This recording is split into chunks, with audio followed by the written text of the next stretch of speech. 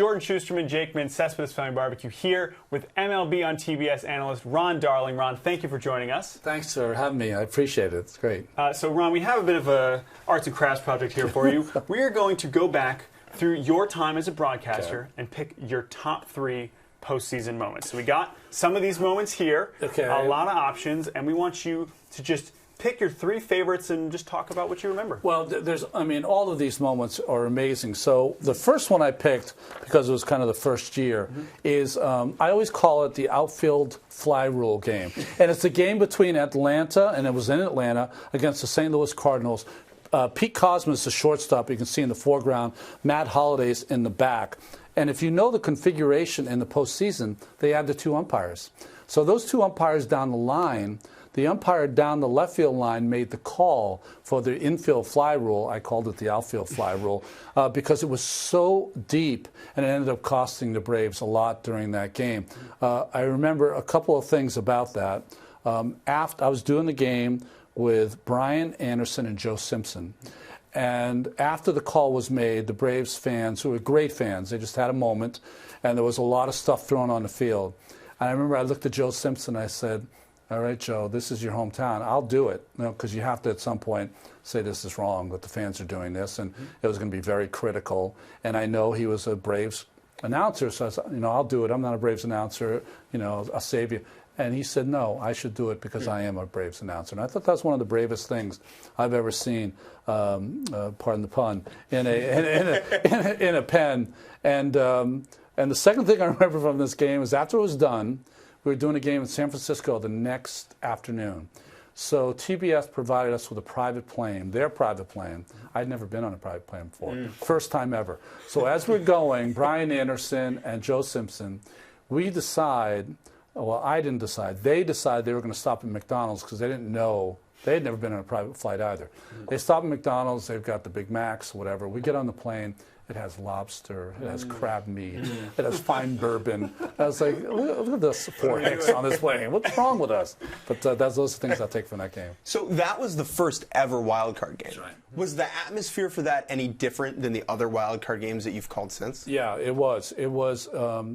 There was a quietness in the crowd that I'd never heard before. Because before these games, I had done games like in Chicago where it was all black, and people were loud from the second they got in the stadium.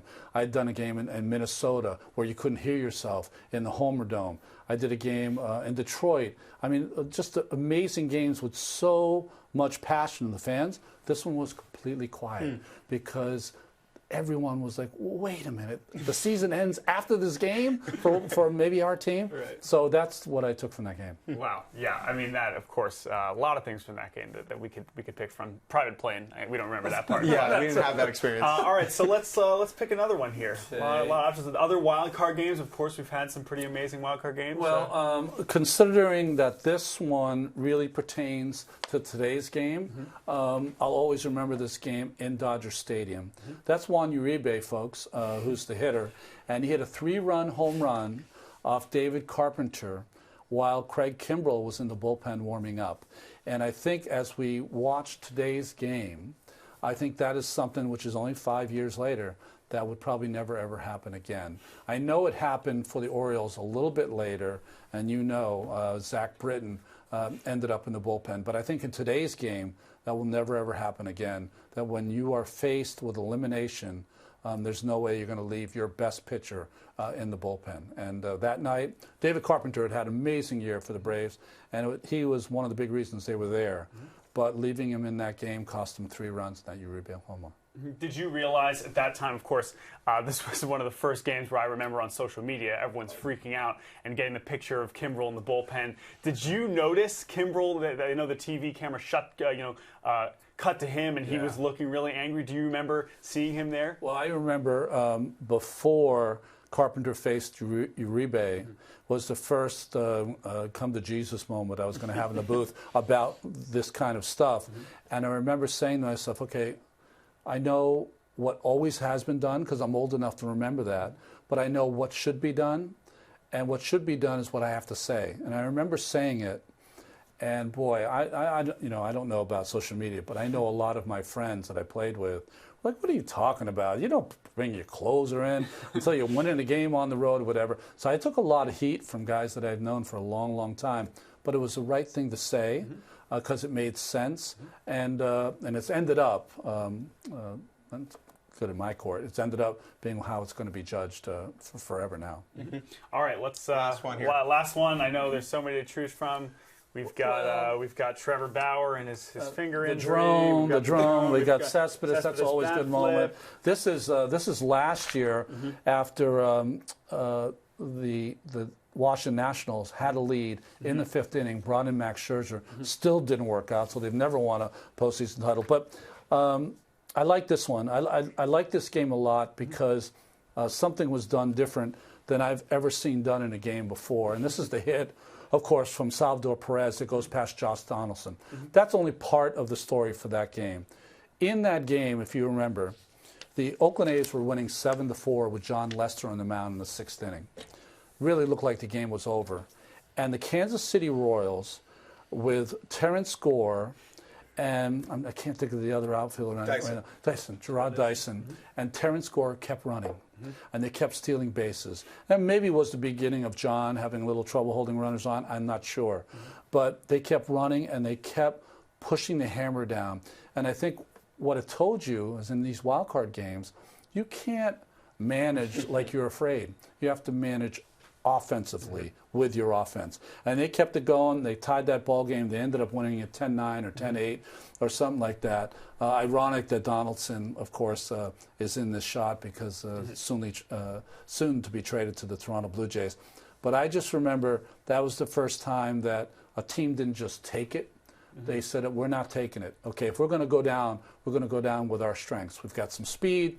We've got some good relief pitching. They had those guys in those days that were so good. Wade Davis, of course, Greg Holland, Herrera. Those three guys made a difference. All they'd had to do was get a lead. Right. And the only way they could get a lead is to keep stealing bases. And they did it, and they won. So you did the entire Royals run that year through the postseason. What, in retrospect, about that team kind of stands out the most as unique? I think the thing that stands out the most was I didn't know how good player Lorenzo Cain was. I didn't realize how good their bullpen was at the end. And it was one of the first times, maybe the 2011 Cardinals, you could add to that, but it was one of the first times that the really starting pitching was not that significant. You know, like you would hope that they would hold the teams kind of close, but it wasn't that significant. The bullpens were the real significant part of those games. And, you know, I just, you know, Kansas City has always had, and is, a small town when it comes to other teams, and they're always considered kind of the team that doesn't spend and this and that or whatever. But they had something that is prevalent throughout baseball if you want to compete. They had young, everyday starting players.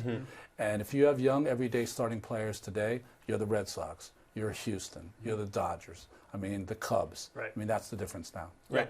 All right, so we've taken a look back at some of your best postseason memories. Now we're going to look ahead.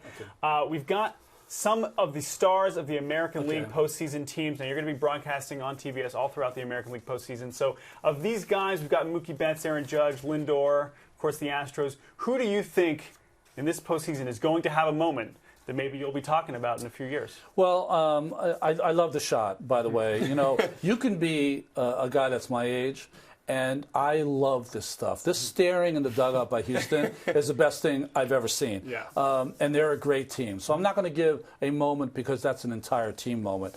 I think Judge and Stanton's hitting, what, 134 in September. Judge coming back from the wrist. Not that they can't get it done. It's just the unknown of knowing, you know, if Stanton's going to get better, if Judge is 100% healthy. And home run hitters usually don't do that well in the postseason. So I'm not going to go with them. Lindor is my favorite player in the major leagues. I want to be Francisco Lindor at some point. I want to come back. Don't we all? I want to come back as Francisco Lindor. Right. You know, switch hitter, seems to have fun while he's playing.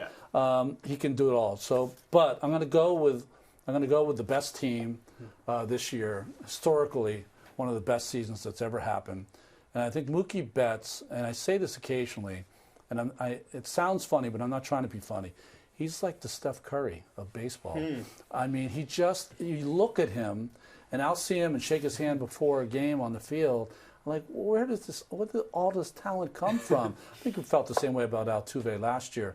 But there's just something dynamic about his personality, about how he plays both sides of the baseball, defensively and offensively.